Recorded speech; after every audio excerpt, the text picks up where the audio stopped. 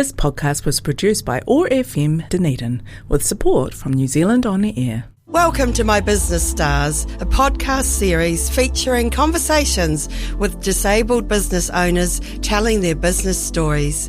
Hosted by the Disability Business Network. Kia ora, I'm that blind woman Julie Woods from the Disability Business Network, host of the My Business Stars podcast series. And today we have on our show Nazrana Ali from Nazaics in Auckland. So bula vanaka, Naz. Bula, Julie, how are you? I'm great. It's wonderful to have you here. You're, as I say, based in Auckland. And thank you for coming on My Business Stars. Oh, you're most welcome. It's a pleasure. I can't wait to share your business with everybody. I guess let's start with what made you think about going into business? Well, after decades, actually not that many decades because I'm still young, after decades of searching for a suitable job, something that would accommodate my needs as a disabled person, and failing to do that, I decided, why not be my own boss? Why not turn my hobby into paid work? And also working in my own pace and in my own accessible surroundings. It made more sense. So that's what gave me the urge to want to start my own business. And tell us about your hobby. How did that start? Well, I've always been quite crafty, from the beginning, and then raising my siblings' kids, we'd, really get into crafts then as well. And then after they grew up, I changed my, I changed from doing like minor crafts that were more suitable for kids, and I started doing things like just more things that adults would appreciate, and that's when I came about with the business idea that of decorating wooden trays and coasters with pieces of mosaic tiles. And I thought, oh my God, that looks so nice. I probably could sell them.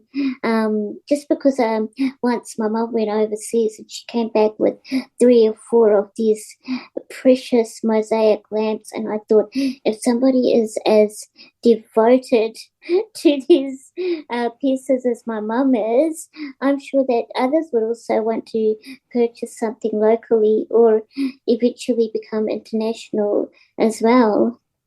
Yep. And did you have to learn how to do mosaics? Not really. It was just 1 or 2 YouTube videos and I was away. Because I've always been crafty and I've always kind of like known the ins and outs of doing certain things with crafts. Yeah. That came naturally. Pretty much, yeah. And tell us about the types of products you make at Nazaics. That's your business name, which is very cool, by the way. Yeah, I've got a story behind that. So it's the first 3 letters of my first name, N-A-Z, and the last 3 letters of mosaic, so Nazaics.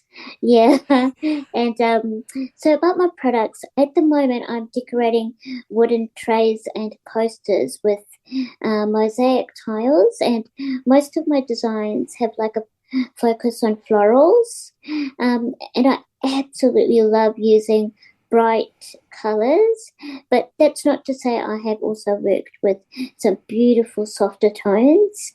I mean, I think it's just an individual's preference. Yeah. And so you make coasters and trays.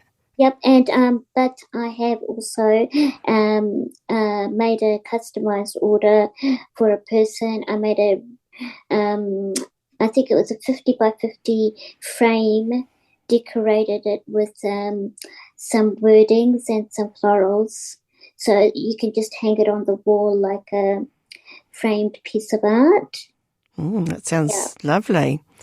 And what's the best thing about having a business for you? The best thing about having a business for me is being able to work around my health without the stress of like meeting strict deadlines or getting in trouble for missing them, because my health is basically up and down. I suffer from a condition called Osteogenesis Imperfecta, and so I'm not always having the best of days. So if I'm not having a good day, I can wake up in the middle of the night and carry on with my work if I have to, if I feel better then. Yeah. And so you are able to manage the workflow with your energy levels. Exactly. I work around my energy levels. That's right. Yep. Which is what we should all do. I feel so too. Isn't it? Yeah. Go home at morning tea. What advantage do you think your disability has in your business, or you've brought to your business? Yeah. So just with my osteogenesis, we fracture a lot and we hurt our joints and our muscles a lot. So it kind of happens at the drop of a hat. So you have to be resilient, like, because you can't do much to like not let it happen. So you have to have a certain level of resilience. You have to keep going because you know it is going to happen no matter how careful you are. So that resilience really plays a big role in businesses as well, because you come across like unexpected challenges and things that can really be overwhelming. And sometimes you just want to give up, kind of thing. But because you've already got that certain level of resilience going on, it's easy to push through with the business, and it gives it like quite an advantage as well. Yeah. Because having a business is full of ups and downs, isn't it? Oh, definitely. And sometimes it can be quite overwhelming because there's a lot to learn, There's a lot to learn. There is a lot to learn. Yeah. I've purchased from you, and I know how stunning you are at communicating in terms of your product and delivery. How important do you think communication is in having a business? Oh, it is very important because it's getting the word out. That's the only way you're going to be able to sell your products. If you're going to, you've got to meet people. You've got to, if it's not about giving them what they want to hear. It's just, if your product is good, if the quality is good, they're going to enjoy hearing about it anyway. So it's very important to have a good communication with your clients. Yeah. Even when that news isn't what they want to hear, communicating it is better than not.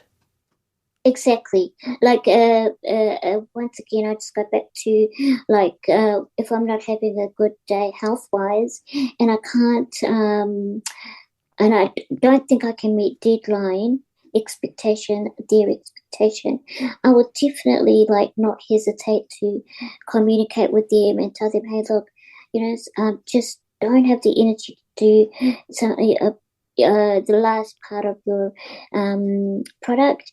Is it okay if you just give me a day extension? It's better to be truthful, honest, because they do appreciate that, and you keep them in the loop, so it becomes so personalized that way. Yeah, no, you're very good at it. I wonder where you learnt that from.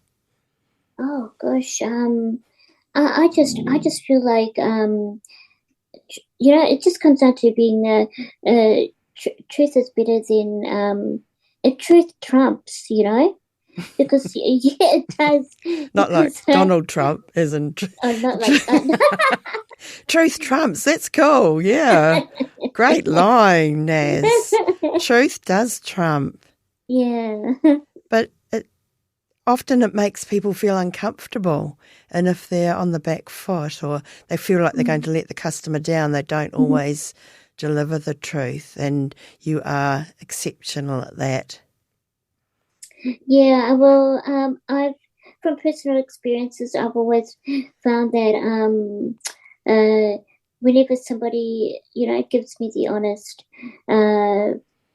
whatever they have to tell me, if it's honest, I appreciate it so much more, and you just automatically kind of feel like you can. You're accepting to go whatever way they've asked you to go with them, Like if you want an extension, oh, I really need my gift, but hey, I understand, that you are a small business, you do have a disability, and you are trying your best, and I'm going to give it a go. I'm going to back you up. I'm going to let you finish when you can. And yeah, in some ways it's kind of handing it over, isn't it? It is, and it's also all right if they choose not to go with the product after I've told them. It just works out better to be on the same wavelength as them. Yeah. We wish the whole world was like you, Naz. Thank you. And I know you have a wonderful vision for your business. Are you able to share it? Yes, definitely. So the vision for my business is that I've always dreamt that my work, like my creations, make its owner as happy as it does for me while I'm creating it, each and every piece while I'm putting it together, and when I get my hands dirty and sticky from the grout and things, and I want the owner of the product to be able to pass it down from generation to generation, and it become a heirloom. Like I want it to exist decades and decades after I've gone, and make whichever generation it is in at the time as happy as it was when the first person got it. Yeah. It's lovely. So in 50 years, you want it to turn up on the repair shop. Something like that. Yes, or it's sold for like $1 million at the antique art gallery. Well, that leads us on to what's your dream for Nazaics? I think we've already got there. Yeah, my dream. That's my dream. I really do wanna leave a legacy with my products, and I want people to know that despite having a disability, you can you don't have to think small. You can dream big, and you can achieve that dream. So dreaming big for you would be what? Would be to just to find success and happiness in my business. Yeah. Nice. That is a big dream. It's great. Yeah. Is there anyone that you'd like to thank for helping you with your business? That's an easy one, Julie. Okay. I'm glad I asked you an easy one. So the Disability Business Network, of course. So I'll tell you, it was almost like it was just so weird. I thought about starting a business, and it was just in my mind. I hadn't spoken it or anything. And a couple of days later, I turn on Facebook and I see an advert pop up of the Disability Business Network, and they're just about to start the next business starter program, and set the dates and that it's online, which is just everything matched with what I could cope. And so I signed up, and these three people, Selwyn and Sandra and yourself, Julie, just amazing. I can't say anything less than amazing. The guidance you guys gave me to the techniques on how to start a business and how to keep it going, and it's invaluable. Valuable. So it's like I was blown away. I felt so comfortable, and the information was just bang on, and it was just cheering me on to, come on, get this business started right now.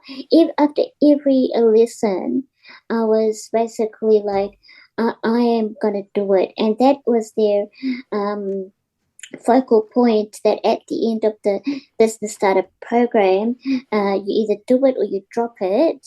And I knew I was going to do it from the first session I had with them, just because of the what they taught me and the support they gave me.